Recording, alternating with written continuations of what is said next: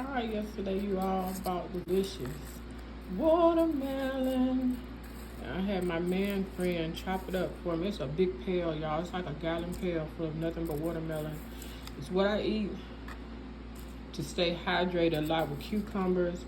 So I'm gonna do this morning for my breakfast because yesterday and Saturday I kind of fell under the wing of the heat index again. I think got up to it was in between 110 115. So I've got to do this today. All right, y'all. Let's chop it up a little bit this morning.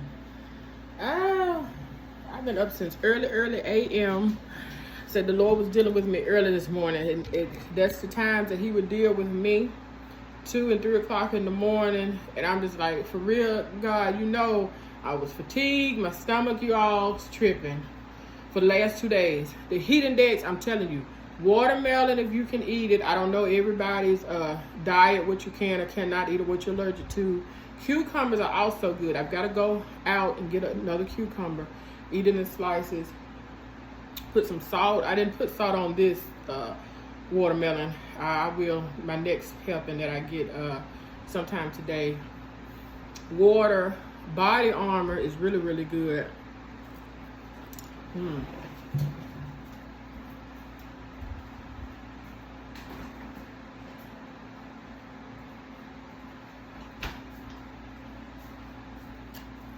I have been drinking these like praise balls. There's a store. I gotta go to that store today if I can get out that way, because it is far. Well, not far from where I stay, but distant.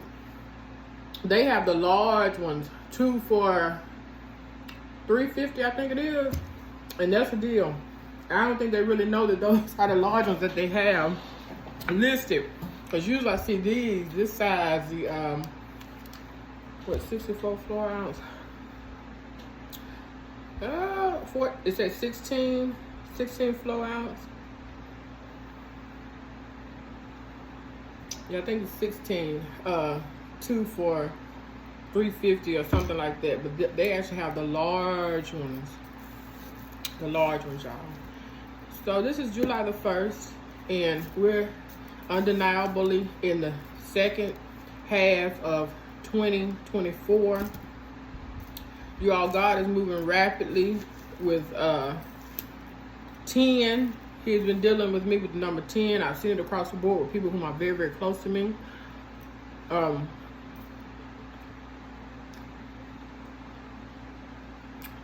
We're in some good times, y'all. We're in some terriblest times as well. The Bible speaks of all this. I'm not on here trying to be overly spiritual on that end of it.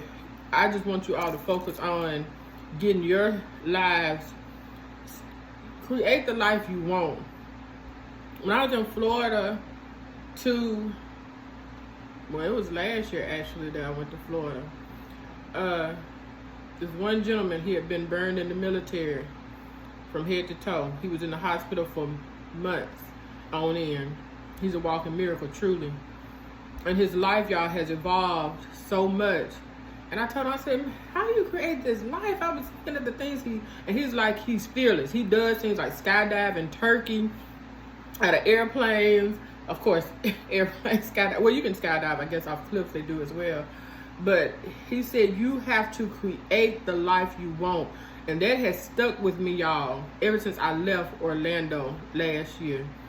And if you can dream it, God gives us these dreams. He gives us visions, the things we see, the things He whispers in our ears, those who have the inner ear to hear.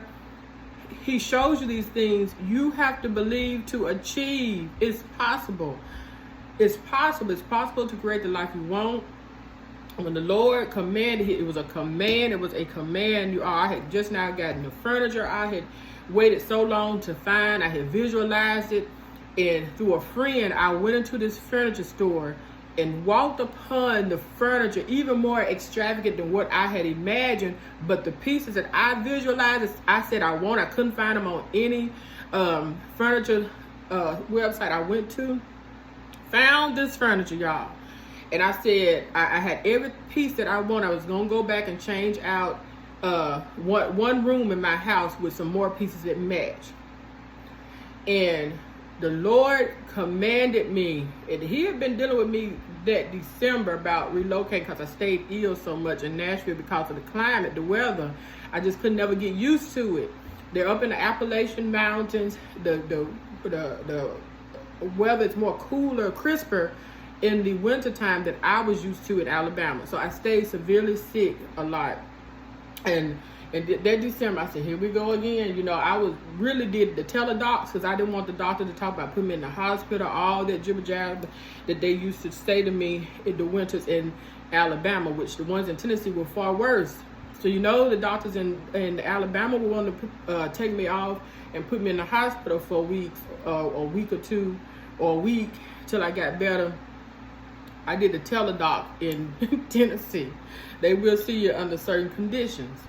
Where you won't have to go into a doctor. I went to the doctor the very first time. It took me forever to go.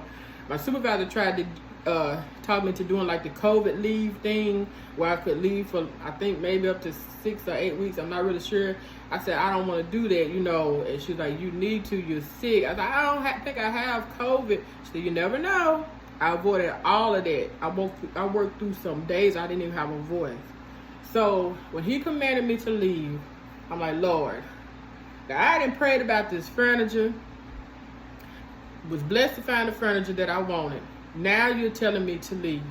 I was obedient, y'all. I left, started a new career.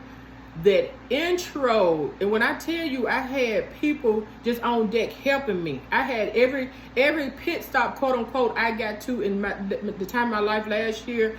Pit stop not meaning like a stop in a store or anything like that. I mean a pit stop in my life, of my journey of being obedient. I had ministering angels is what I call them, because truly they were helping.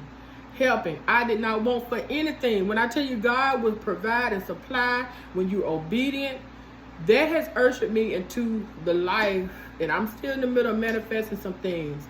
But the manifestations that I had wanted came so fast that I was like, oh my gosh, is this really happening? With finding true love, being back in a family setting, because that's all I'm used to is really a family setting. I'm not used to the single life of going out to eat all the time and, you know, just for the sake of, I try my best to do my singlehood inside of my surroundings, but I'm used to family being there, y'all. So I really fell into a deep depression before I actually left Nashville in December. It probably was more like November, you know, before the Lord actually started dealing with me. I would lay in my bed and cry at night. I was like, Lord, I'm just not used to just not having nobody here. And I love Nashville. May one day relocate back there. I don't know. I really don't think that's going to be God's plan for my life, because I'm happy where I am, and it fits me. It fits my upbringing. It fits,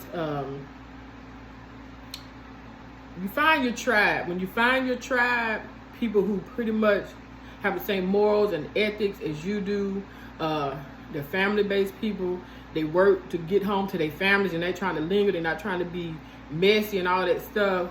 You found your tribe if that's what you're looking for. I have found my tribe. I'm not even going to try to break it down. I really don't have to explain that. I have found my tribe where I am. So in the midst of that, this is July, and we are in the second half of this year. I don't really do quarters unless I'm in a business, and then I pay attention to the either the 4-month quarter or either the trifold, the 3-month quarters.